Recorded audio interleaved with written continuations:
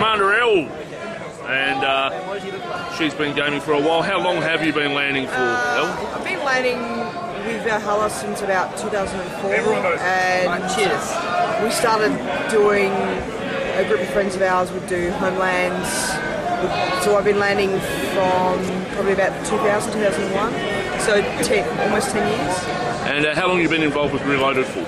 Reloaded, my involvement started back when a small LAN was formed called BFO, and it was headed up by an inspirational and visionary man who had an idea that he wanted to incorporate a whole bunch of, I guess, like, I wouldn't say smaller lands, but less capacity side lands to combine infrastructure and ideas and create a land with opportunity and promote good ideas and a lot of fun. So the first Reloaded, I think, was back in 2007, 2006. So I've been involved with Reloaded since the Reloaded one.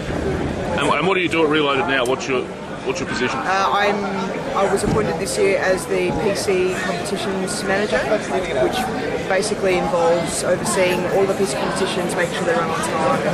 How have they run tonight? We've experienced some issues that have been beyond our control and that have set our competitions back. But we like to make sure we run everything, whether it be on time or on a different server or whatever we can do to accommodate the running of the competitions, and we like to make sure we keep everybody informed of what we're doing, and if we have to cancel one, so be it. And how have the numbers been for comps tonight? CSS was fantastic. Overall, there's been great involvement, even from the women's comps.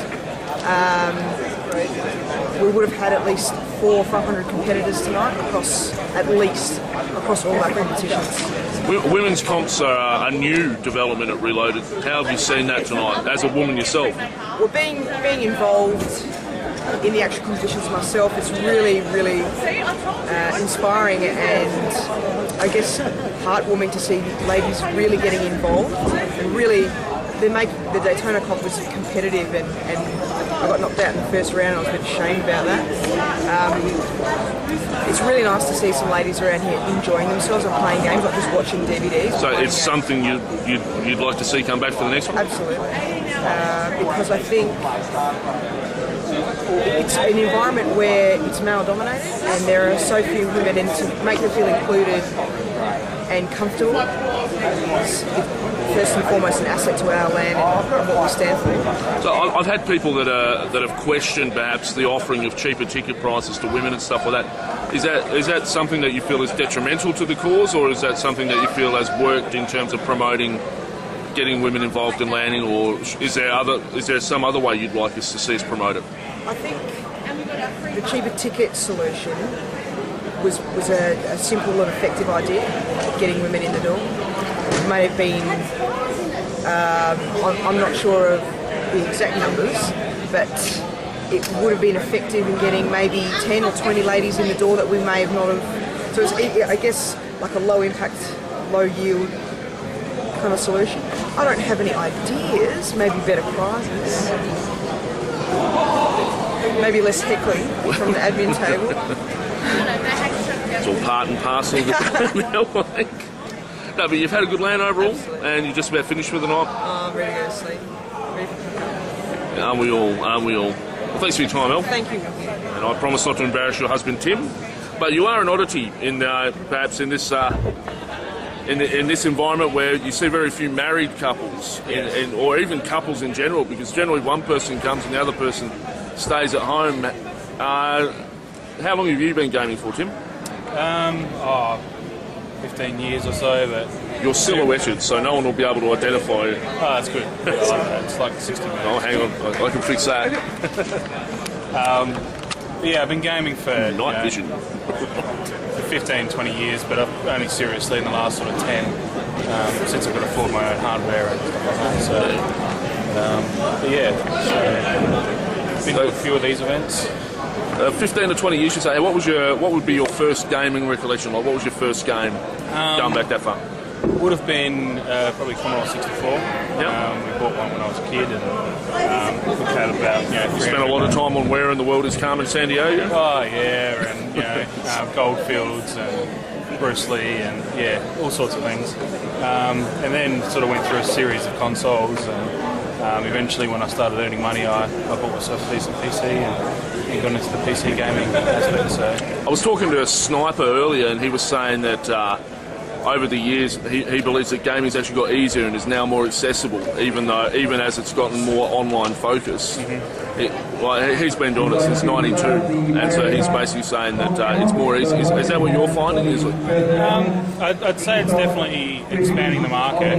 There's a lot more in the way of casual games. More people play things like Farmville and Bejeweled and stuff like that on Facebook than probably play a lot of the proper mainstream games. So it's definitely expanding the market, and I think it's reflecting in some games that they're becoming more easy, more accessible with the cross-platform situation as well, where games have to run on PCs and Xboxes and PlayStations. They tend to be dumbed down a little bit. I was about to say, do you think games are being dumbed down? Like, is that? I do. I think they are. It's sort of evident more in the sort of sequels. Things like the Call of Duty series, for example.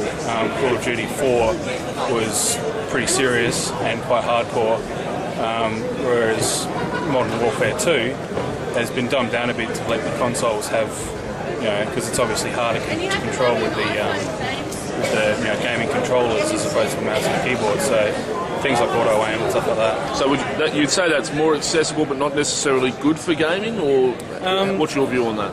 I think it's a bit of both. I think it's good that it's making them available to more people.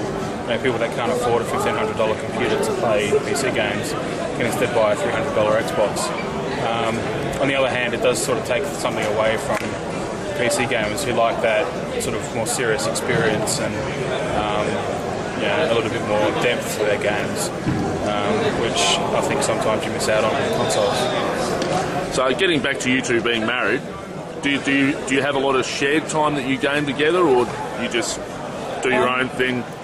You're not running around World of Warcraft together hand in hand, trying to quest and stuff? Not really, no. We try to stay away from World of Warcraft. All sorts of strange people play that game, but no. Do you do a lot of gaming together, though, besides this? Or is it more or less you've got different tastes and you do different things? We don't really play that many games sort of outside of the LAN situation. We try and get into it once or twice a month, and make a big event of it at a LAN, and then but we sort of play our own games now and then. El plays Left 4 Dead occasionally with some friends, and I'll play some Dragon Age or something different. Depends on sort of what's on the mood. So fair enough. Well, thanks for your time, Tim. No problems. And El, what would be your favourite game? At the moment, I'm really into the Guitar Hero series. Yep. Also SingStar. Yes, I know you keep asking for SingStar, and I'm going to keep knocking it back, but... and on the PC platform, I really enjoy playing Left 4 Dead 2. It's great killing zombies, get a kick out of it. And it's a great game, a lot of gameplay, a lot of fun. There's some good modes, and some great expansions coming as well, so that's great. Cool. Thanks for your time, El. Thank you, Wookie. I hope you had a good night, and we'll see you next time. Thank you, lad.